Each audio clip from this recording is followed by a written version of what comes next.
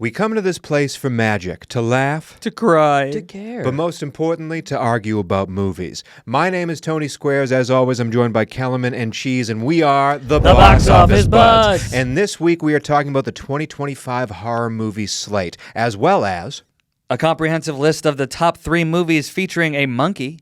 And we're doing Tales from the Thread. Would Sydney Sweeney make a good Harley Quinn? some say yes. But first, we have to go into last weekend because we just had Captain America Brave New World. It just made money at the box office, and the question is, who was correct in their predictions? So coming up next, Brave New World.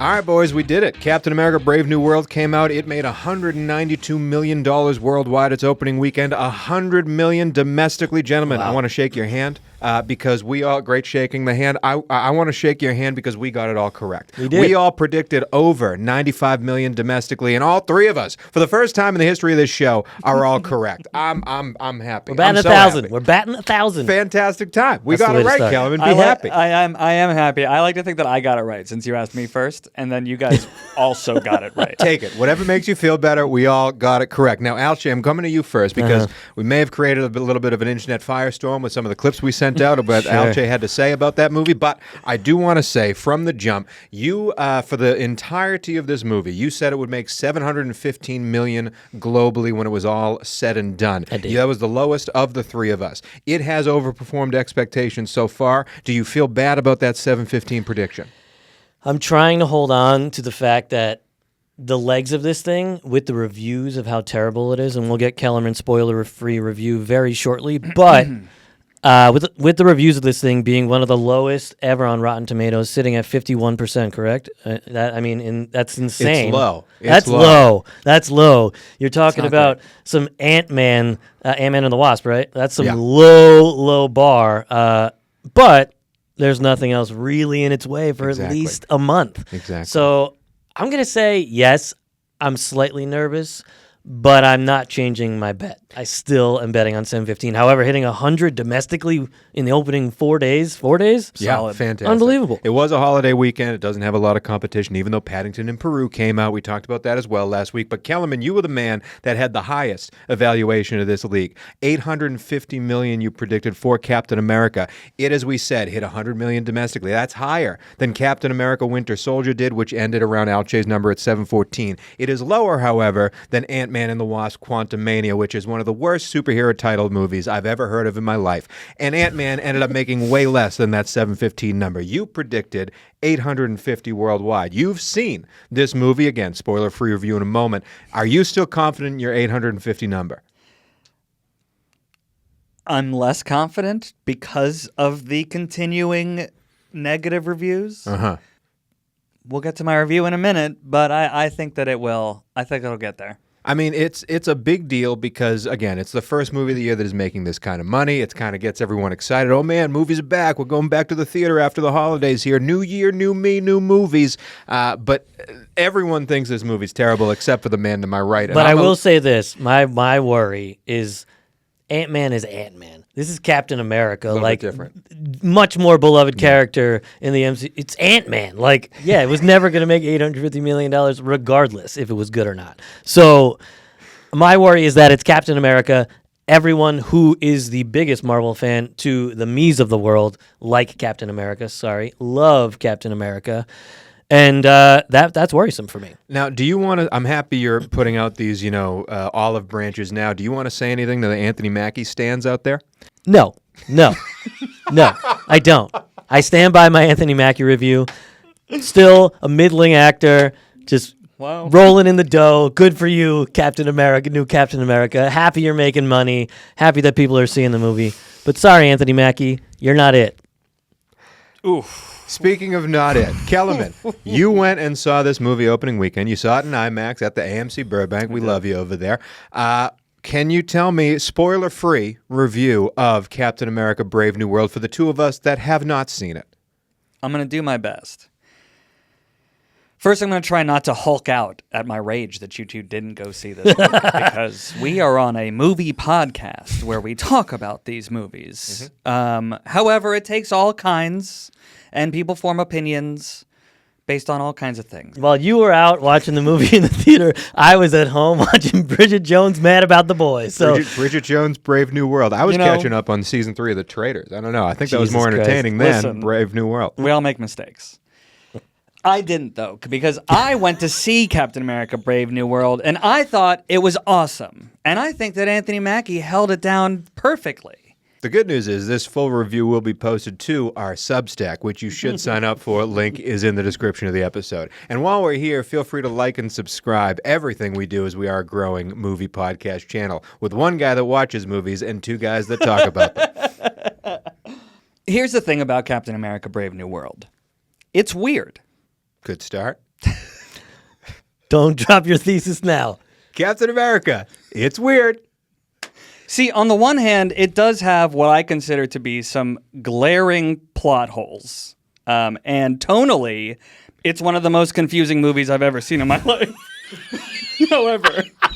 However, the weirdest part about it is the touchstone movies that you need to have seen to understand everything in this one are The Incredible Hulk from 2007. Edward Norton. With Edward Norton. And The Eternals.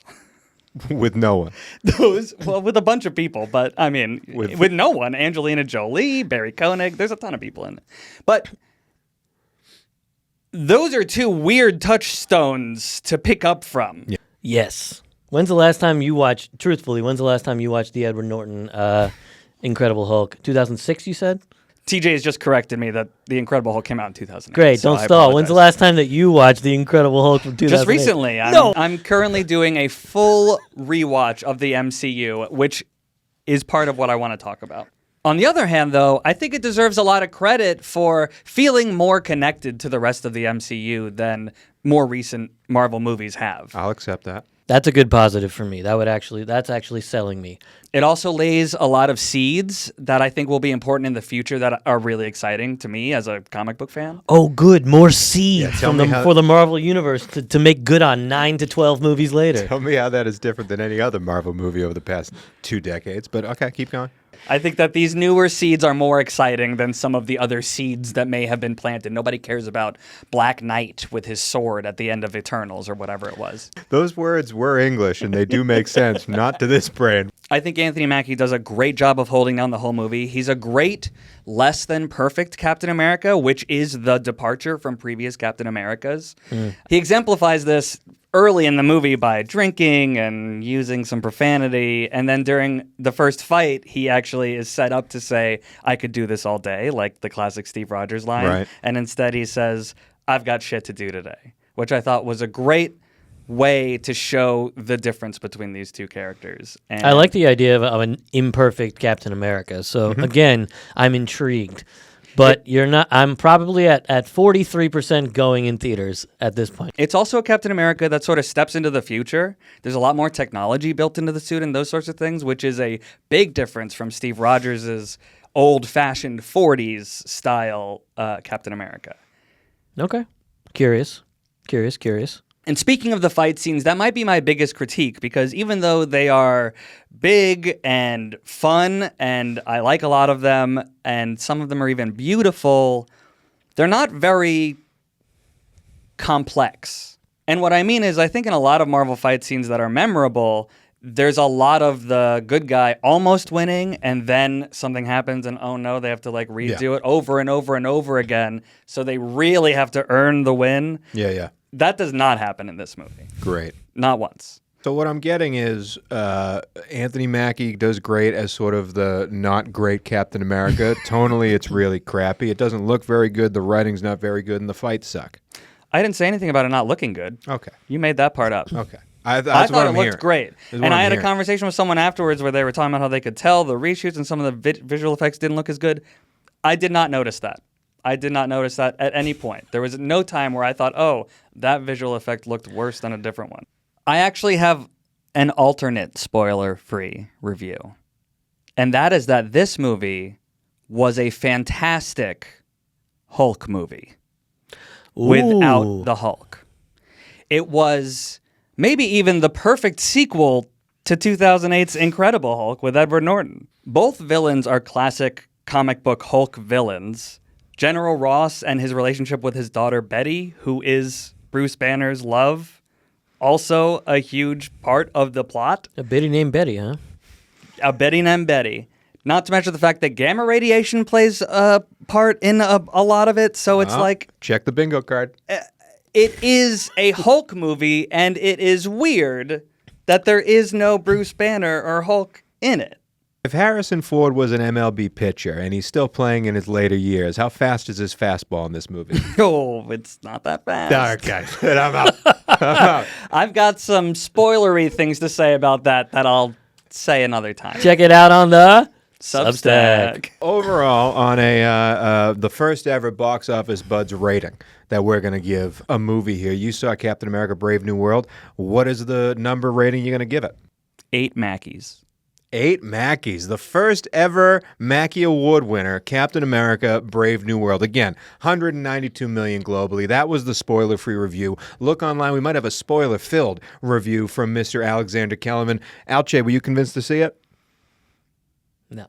Yeah, neither was I, but that's it for Captain America. And also, as I'm talking right now, we have to update you on the rankings, the leaderboard of our Fantasy Movie League. As we say, every show, we all drafted 5 movies. Whoever makes the most money in the worldwide box office by the end of the calendar year wins. We've had 1 movie come out so far. It was Dog Man. TJ, you are no longer in first place. As you can see the rankings on screen with me right now, Matthew Dangles, D'Angelo Antonio has taken that championship. And I got to say, he's going to be in the lead for a while. There are not any movies coming out. Good for you, Dangles. You did this last year with Dune 2, and then you were caught by me. So hopefully I get to do that again. But now it's time to talk about horror movies.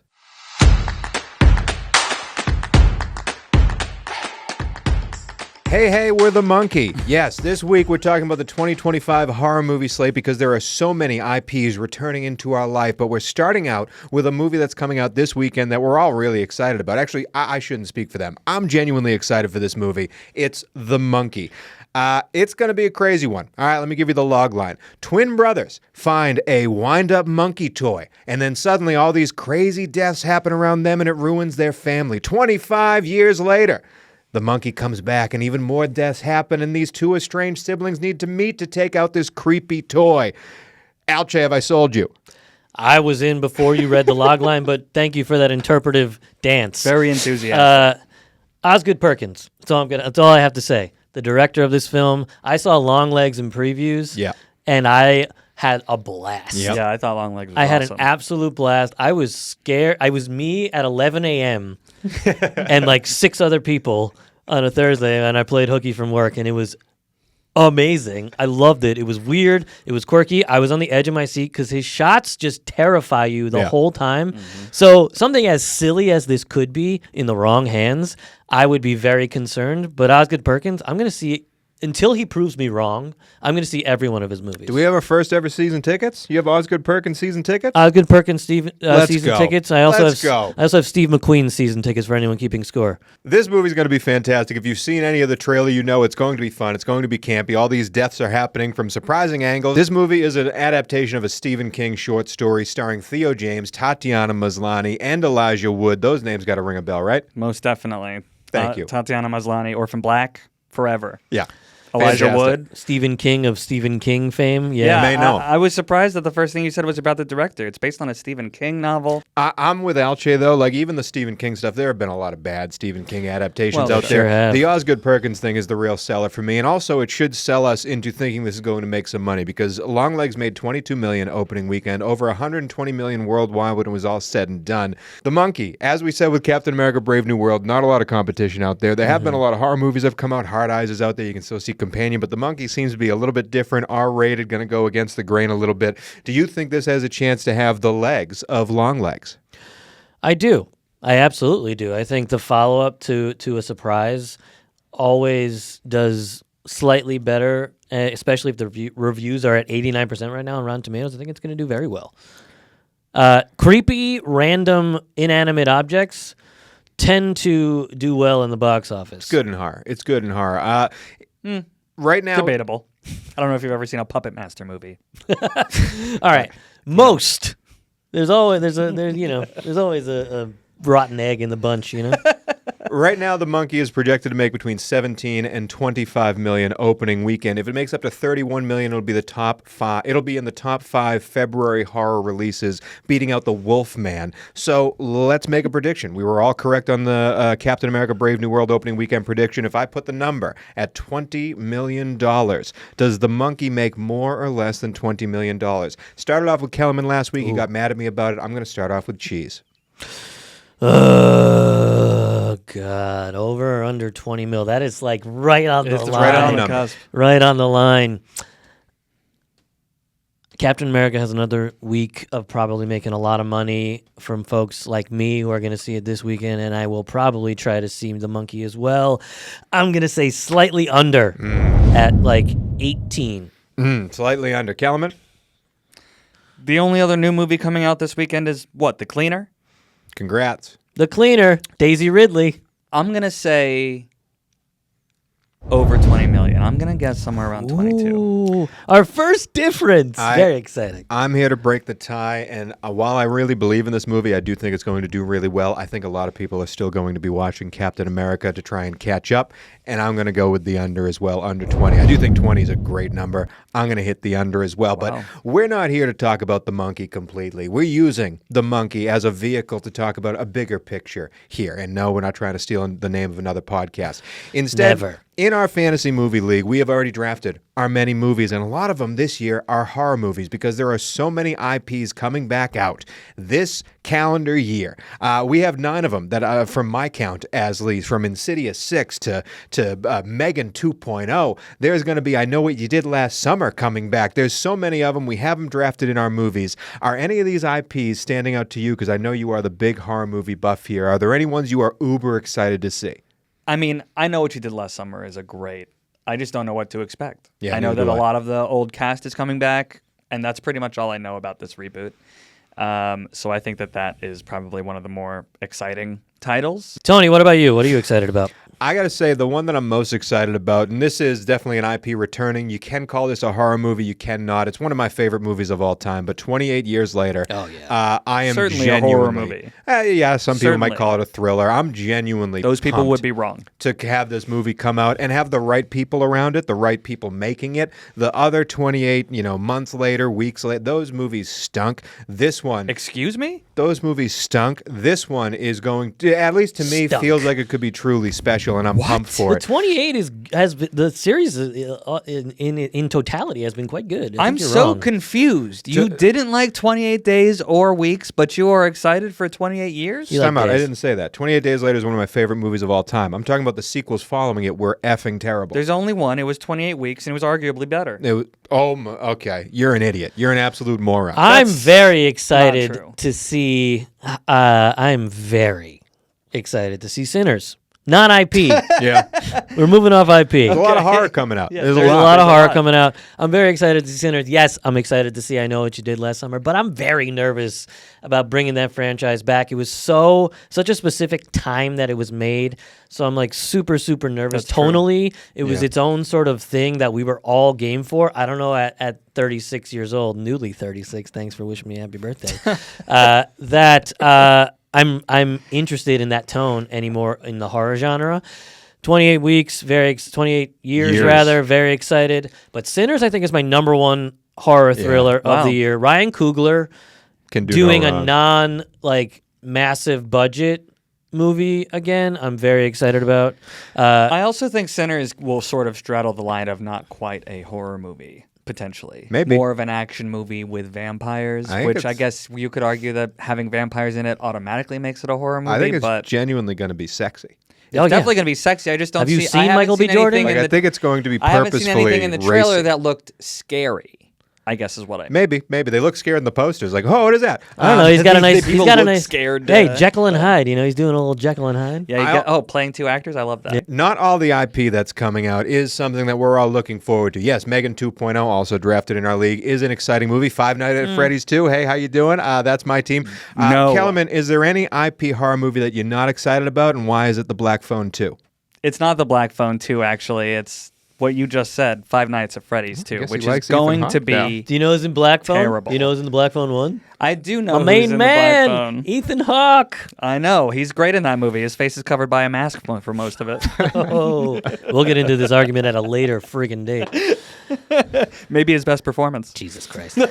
So we're all pretty excited about Sinners 28 years later. Are you not excited about any of these IPs coming back? Final Destination Fantasy 7, yeah. Yeah, I couldn't care less about Final Yeah. Destination. Really? Bloodlines, yeah. Yes. Because you Yeah. don't like the old ones? I mean, I like 1 and 2 maybe, but then when you get beyond those, it's beyond the pale. I can't say They're I really absurd. remember the ones past 1 and 2. Exactly. However, they're they remain in the minds I will of the say, people who watch them. I'll never forget a log going Of course. through. How could you? That log scene? Iconic. Yeah, really got me. I think that the airplane crash scene in the first one is iconic. Yeah, they definitely stick with you. Like it's the same thing with like Hostel, the Achilles. 3 same has thing. the roller coaster. I don't think I Going ever off saw the 3. rails? Not gonna lie, don't think I ever saw. But 3. I'm not How about the excited. dentist? I don't remember if it's 3 or 4, but the pufferfish They made a toy 4? falls in the kid's mouth. Yeah, falls you're in the telling me dentist's you're chair. telling me this is exciting to you? Yeah, these are all the Final Destination movies get to have the most creative Rube Goldberg machine deaths Sure. of any horror movie franchise. I'll give you that. They do have some fun deaths, but everything else is hot garbage. 2025, officially the year of horror. I am excited for it. I can't wait for it. And it continues with The Monkey. But speaking of The Monkey, we have to dive a little bit deeper into The Monkey, and specifically, its popcorn bucket. Bucket vulnerability. The Monkey Bucket, which I'll lovingly call it, is Not the mucket. is based on the toy from the titular movie, The Monkey. Mm-hmm. It is in the shape of a monkey beating a drum, and the drum opens up into a popcorn bucket. Okay. I was wondering. The drum where they put does the open. popcorn. It Yeah. does open. Oh, you don't have That's to where turn you it keep over? No, that's where you Oh. keep the popcorn is in the drum. So Well, it's this is a There's horse like of a lid. different There's a color, lid yeah. that It's like comes a off. hidden latch there. Yeah. I would say, in a lot of ways, the monkey is essentially almost unbonable, mostly by virtue of it being really creepy looking. It's also a monkey. I mean, Well, this feels like a kink and a half, this Definitely. bucket. look, Definitely. the Especially monkey. the pain aspect But here's of the it. thing. Yeah. Here's the thing. The The monkey. pain plus Venus flytrap. Hold on a you got second, going guys. on There's a with the- big problem here. Okay. The monkey is not anatomically correct. And therefore, the only way you could really use this bucket to satisfy yourself, I would say, would be if you are a woman who uses the sort of furry head of the monkey to I think do you're thinking something. way too inside the box, Kellerman. There's so much to be done with this bucket. No, please, no, no. Please describe in vivid detail how you expect the woman to get off of the It monkey. seems like She rubs the monkey's head on her private parts. So couldn't you?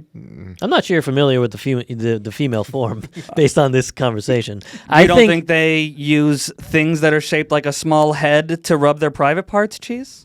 the point is, I think there's a lot of really exciting possibilities with this bucket for Look, men and women. Here's the thing. There's very little space for a bone.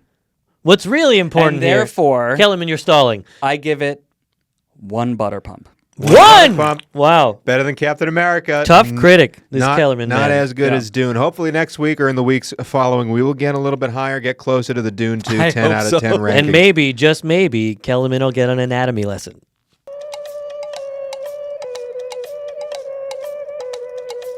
And then finally, our last monkey-related segment. We are debuting the first ever listicle on this show. We have to put our heads together and come down with the top 3 movies involving a monkey, or in a monkey with a monkey. How are we doing this? In a monkey. Very few movies take place in You a went from monkey. popcorn bucket to this. You're very confused. Involving a monkey, I think, is probably best, yeah? Involving a monkey, that works. Can I throw some names out there that aren't going to make the list? Sure. Congo. First of all, stop immediately. Congo needs to be discussed. Don't just I don't know if we can speak for throw yourself. away Congo's Congo. phenomenal. Congo's not a great movie. Mighty Joe Young, Dunstan checks in. Dunstan checks in also needs to be discussed. I agree. We're talking top 3 movies. Are we just talking Top like 3 movies Monkey involving a monkey. movies. Right, and there are so many better movies involving monkeys I than can't wait to hear what you Seems have like to we got a say. lot to discuss Yeah, I there, guess so. Tony. Because first- Congo is like a award-winning film. It definitely isn't. To argue that it is... Congo sits at 29% in Rotten Tomatoes. You're kidding me. Yes, one of the worst but Michael let Crichton me tell movies you, ever. Hold on. Look Hold that on. up, TJ. I just Genuinely looked one it of up the worst yesterday. I'm pretty sure. Slow down, It didn't everybody win any pause. Oscars? Everyone pause. Oscars. Oscars. Oscars. Is it not? Congo. Bro, Congo did not win any No. Oscars. Fuck the rating. Tell me if it won any awards. It did not win any awards. What It awards has could it Laura win? Linney and Tim Curry, which is our award-winning actors. But no, absolutely not. But let me tell you, Congo definitely needs to be discussed. Dunstan Checks In definitely needs to be discussed.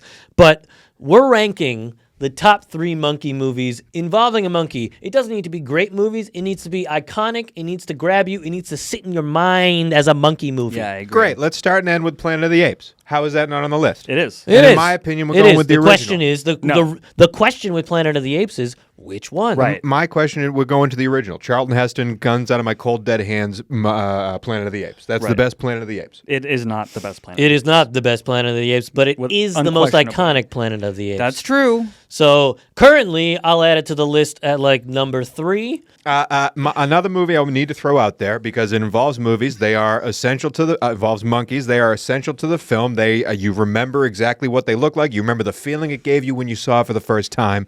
The Wizard of Oz. That needs to be on this list. Flying monkeys. That needs to be on this list. Interesting I choice. suppose. Interesting choice. I will never in my life think of that as a monkey movie. Though. I agree. I don't put that in the monkey movie category. Absolutely not. But Phenomenal it film. is a movie that involves monkeys. Yeah, but like- then now we're getting too It off the stands to be topic. discussed. No, It you're involves getting too off the monkeys. topic. Let me ask you this. Is Harry from Harry and the Hendersons a monkey? No. He's a Bigfoot. Isn't that sort of a Absolutely missing not. link That's more of a monkey? Yeti situation. Okay. Back to Wizard of Oz. Name on the list of animals in that movie, that's like number 3. Right. So what does that matter? Yeah, you're they're, right. It's They're more an of a essential dog part movie of the than a- film. Lion, dog, then monkey. They're essential to the film. That's a good argument, though. Lion, dog, It is monkey. the third animal. And on the even roster before of monkey, monkeys. even before monkey, you're going Tin Man, you're going Scarecrow, you're going Dorothy, you're going Witch.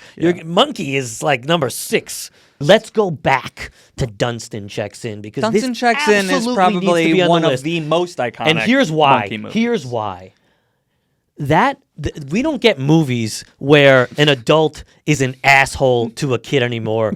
And that guy who is an asshole in both Jumanji and Dunstan Checks In That was my next one. is, I wanted to talk is an about. iconic villain, an iconic foil to Dunstan in that movie. And let me tell you, that's also it's an iconic 90s movie. Iconic 90s agree. movie. Dunstan, amazing monkey, absolutely top 2 in my opinion, goes above Planet of the Apes for me, but The other thing about Dunstan Checks In is it was filmed with a real orangutan. It was. give me a Unlike break. lot of, if you're going to talk about, Wizard of Oz probably has real monkeys in it too. I don't. if God I had knows to what they guess. would No, do are back they then. people in suits? They're I people don't in know. That's what they I were don't know. doing They're back flying on then. strings Exactly. probably. So hold I on. lost it. Dunstan Checks In. Can you allow it to be on this list? It absolutely needs to be. Sure, as long as Wizard of Oz is as well. No. Then we got to find a third No. movie that we all agree on. Planet of the Apes, Dunstan Checks In. King Kong. Peter Jackson's King Kong, I think one of the greatest movies of our time. If you're going to argue with me that King Kong We're going to Peter Jackson's Of King our Kong. time? of our time Of what time? Today? in movies that have pushed cinema forward Peter Jackson's? of our time, you've got Titanic, you've got Peter Jackson's King Kong, and you've got the Russo brothers' Captain America: Civil War. Oh my God! You just compared Titanic and put it on the same level as Peter Jackson's King Kong. 100%. I hate you 100% for this take. It's definitely King going on Kong social media, but is it's a an terrible almost take. perfect. The new King Kong. We're talking about the Yes. new King Kong? Yes. The new King Kong? With One of Jack the greatest Black, new films King ever Kong? made. 100%. The Jack Black King Kong. Yes. The Jack Black King You Kong? got the right one. The Jack Black King Kong. You got it. We are not agreeing on this. No listicle this week. How can you make a list about apes and not include King Kong? Can we go back to the original King Kong? Time out. That's If you want to be bored That's an incredibly true statement. How can we make a list of 8 movies and not have King Kong? When you added Peter Jackson to it, no offense, Peter, you're fantastic. King Kong's not your best work. And if we're going to put that in over the original King Kong, I'm leaving the podcast. That's unbelievable. We got to go Planet of the Apes, original King Kong, and Dunstan checks in. And that is your listicle for the top 3 movies involving a monkey.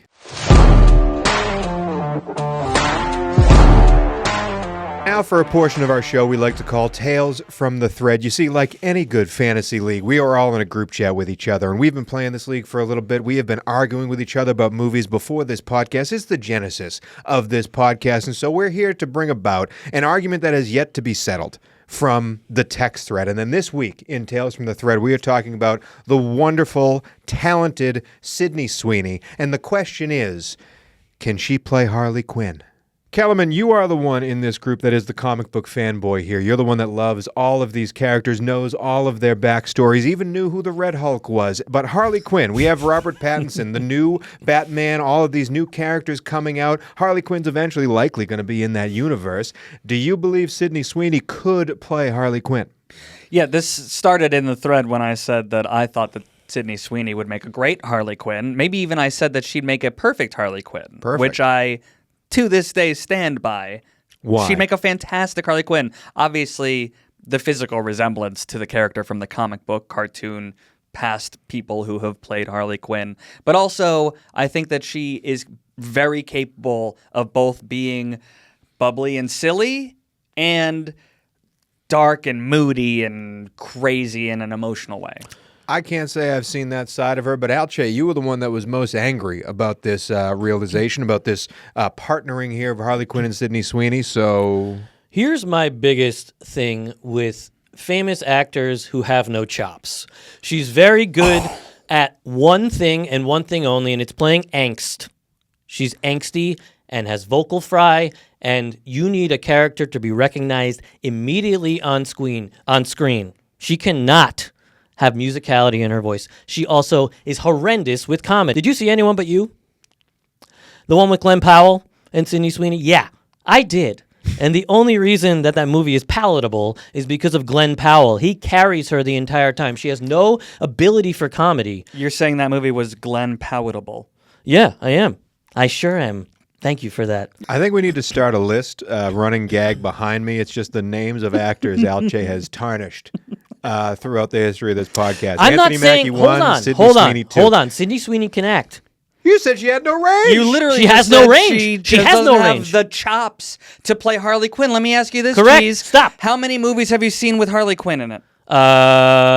When I say she doesn't have range, that doesn't mean that she's a bad actor. That means she's good at one thing. She's great in Euphoria. She's great in White Lotus. She's good in a lot of things. Those are both great examples of Harley Quinn-esque characters. Absolutely This is where not. I disagree with you. Absolutely not. If I may, this is where I disagree with you wholeheartedly, because the Harley Quinn that we have been presented in TV, in animation, all that stuff, is that crazy, can go off the wall at any point, has that secret dark side to her that you're scared of, but also on the flip side is that bright and bubbly, bubblegum popping like that. We've never seen that side of Sydney Sweeney. I'm not sure if she has it in her like you do. We've never seen that side of Sydney Sweeney. And to me, I think it's a terrible person to put right away in Harley Quinn. The fact that you said she could be perfect, we've never seen any indication that she can fit that role. Now, is she capable of it? Is the actress capable of having that talent in her? I don't know, but I haven't seen it yet. I think she's a talented actor and is good at understating. Same way Brie Larson can't play broad, but she's very good in Room. It's the same concept. Florence Pugh is a much better actor and can absolutely inhabit that immediately. She's much more playful. I'll give you a list of 4 more people who I think would be fantastic. Jodie Comer in Killing Eve. Lupita Nyong'o would be phenomenal. Dominique Fishback would be phenomenal. There are... Cheese, I'm sure you would love it if Ethan Hawke played Harley Quinn. But the fact of the matter is that he'd be a good Two-Face, though. Sydney Sweeney is the perfect Harley Quinn. Everything you're saying she doesn't do, yes, she does. In both shows, she does the bubbly fun thing and the, oh my God, I'm going to kill myself thing. No, the bubbly fun thing? When is she ever the bubbly fun? She's usually just downtrodden and sad. I will agree that that's like a majority of it, but that's not to say that she doesn't show that other side. Not to mention the fact that You know, of all of the incredibly complex emotional characters that grace our screen, Harley Quinn doesn't need to be that. And Couldn't that is the disagree problem. more.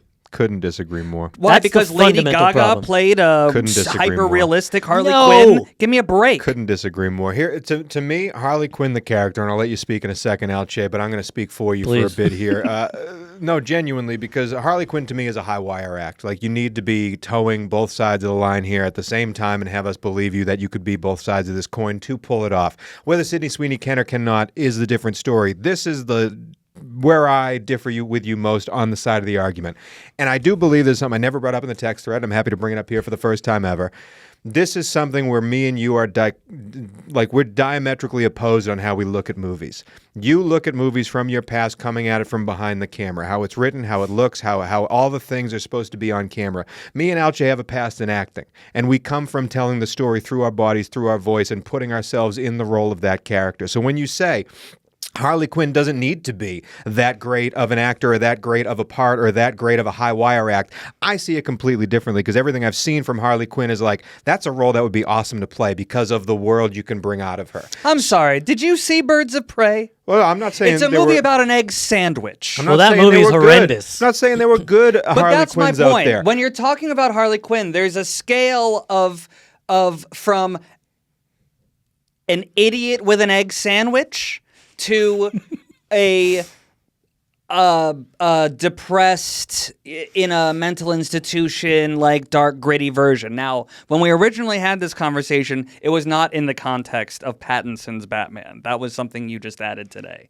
So maybe Sydney Sweeney would not be perfect in that darker, more realistic, more gritty, more actory version of the role. However, if we're talking about, say, Batman and Robin with bat nipples and ice skates popping out of the shoes, you don't think Sydney Sweeney could be a perfect Harley Quinn? No, because again, the actor matters. It's not just what you look Uma like. Thurman is terrible in that movie. That's debatable. She's an excellent actress. That's debatable. It doesn't matter. Right, and she didn't fit the role. That's what I'm trying to say. You And have I'm to be able saying to bring that out the Sydney role. Sweeney does fit the role and wouldn't even require being as talented as Uma Thurman to pull it off. Here's the thing about requirements for being talented. I think everyone should have a requirement for being excellent. But she is.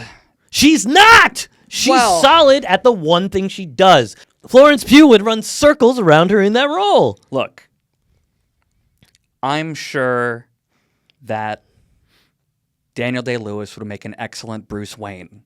You don't I'm not actually need a Daniel Day-Lewis to play Batman. It's not that I'm saying that you don't need actors to be good. It's that I'm saying that for this particular role, someone who I think that Sydney Sweeney could easily pull off the dumb, bubbly blonde aspect of the character and the extreme hyperactive. And I'm saying she could easily pull it off, but I'd be like, this so-and-so was great, so-and-so was great, so-and-so was great, but Sydney Sweeney was in that movie. I don't think she can pull it off. I will say what you just said about Batman kind of makes my point for me. When you look at past Batmans, Christian Bale was Batman.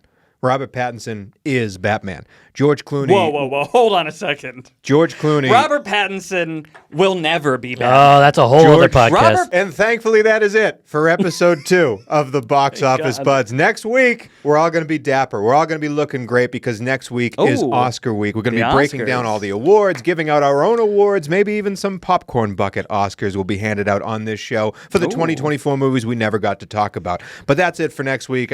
Frankly, I cannot wait to not talk about horror movies or monkey movies ever again.